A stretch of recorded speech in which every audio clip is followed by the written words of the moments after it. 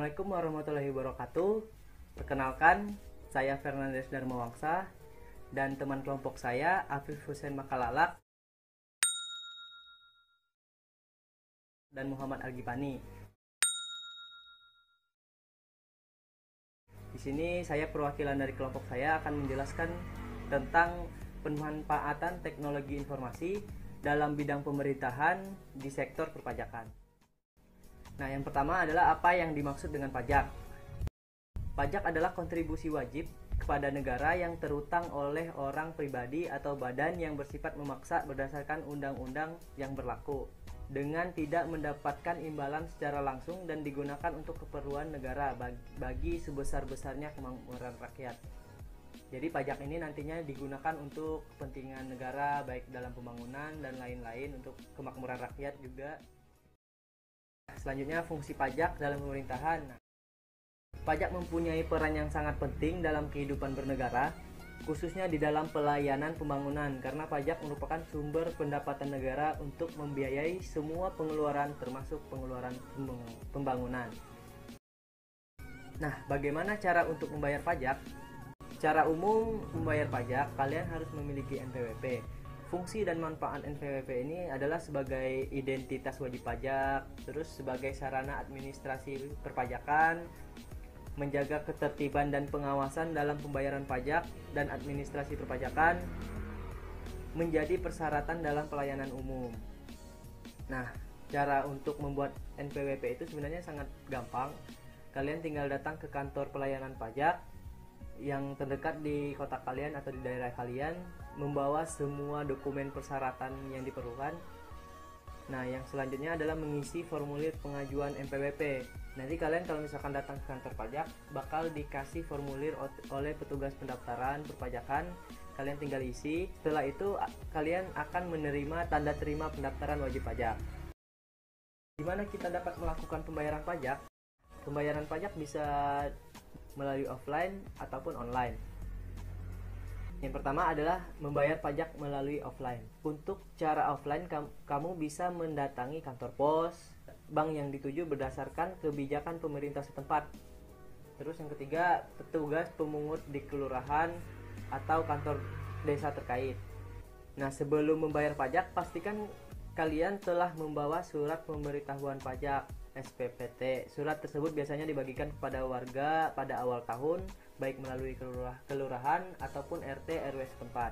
Selanjutnya adalah melalui online. Cara untuk membayar pajak PBB bisa dengan mengakses situs djponline.pajak.go.id. Nah, pembayaran pajak secara online memiliki banyak kelebihan. Di antaranya adalah mempermudah proses perekaman data SPT di dalam basis data DJP.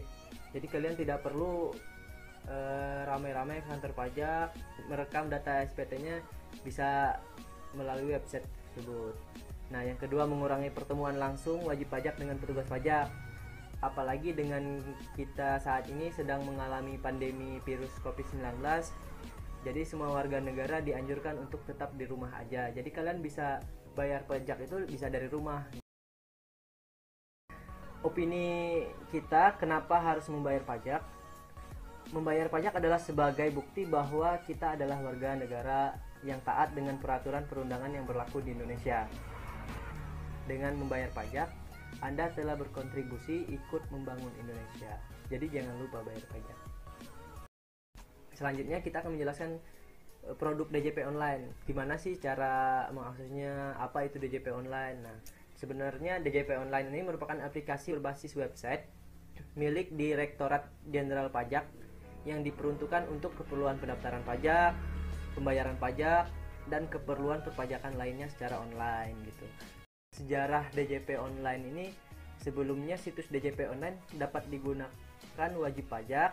Pemerintah menyediakan aplikasi perpajakan baik untuk melaporkan pajak maupun mengakses sistem billing di alamat situs yang terpisah. Namun sejak modul penerimaan negara generasi kedua, Direktorat Jenderal Pajak mengintegrasikan seluruh aplikasi perpajakan baik e-filing dan e-billing ke dalam situs DJP online. Jadi situsnya tidak terpisah lagi, jadi sudah dalam satu aplikasi gitu. Nah, website DJP Online ini diluncurkan pada tahun 2014, jadi baru beberapa tahun gitu. Nah, sedangkan sekarang situs-situs aplikasi perpajakan milik pemerintah seperti SSE Pajak dan e-filing sudah tidak digunakan lagi karena semuanya sudah dinonaktifkan dan menjadi satu entitas melalui website DJP Online.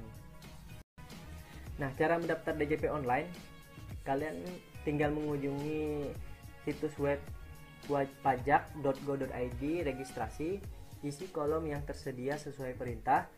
Yang kedua, masukkan akun Anda, email, nomor HP aktif, dan kode keamanan Anda. Yang ketiga, klik tautan yang dikirim oleh DJP Online melalui email yang aktif. Nah, selanjutnya adalah cara membayar pajak melalui DJP Online atau e-billing. Yang pertama adalah masukkan NPWP. Mungkin kalian tadi sudah tahu bagaimana cara membuat NPWP. Nah, masukkan NPWP, terus password, kode keamanan yang telah kalian daftarkan tadi. Lalu pilih menu e-billing system.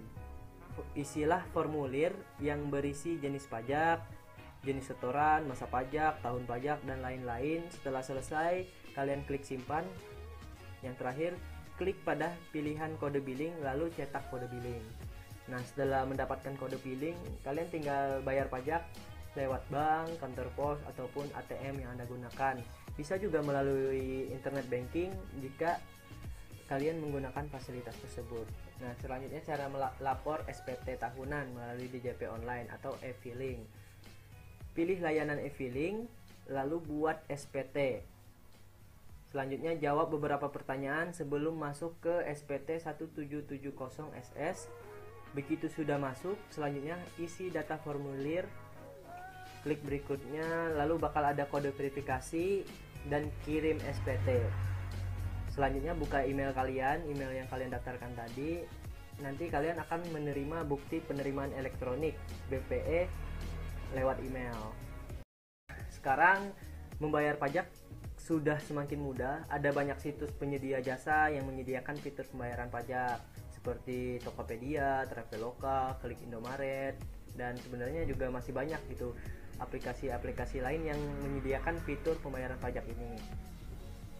Mungkin sekian presentasi dari kelompok kami, semoga bermanfaat. Kalau misalkan kalian mempunyai pertanyaan ataupun saran untuk kami, silakan komentar di bawah, dan jangan lupa klik tombol like-nya, subscribe, dan komen juga di bawah. Terima kasih. Wassalamualaikum warahmatullahi wabarakatuh.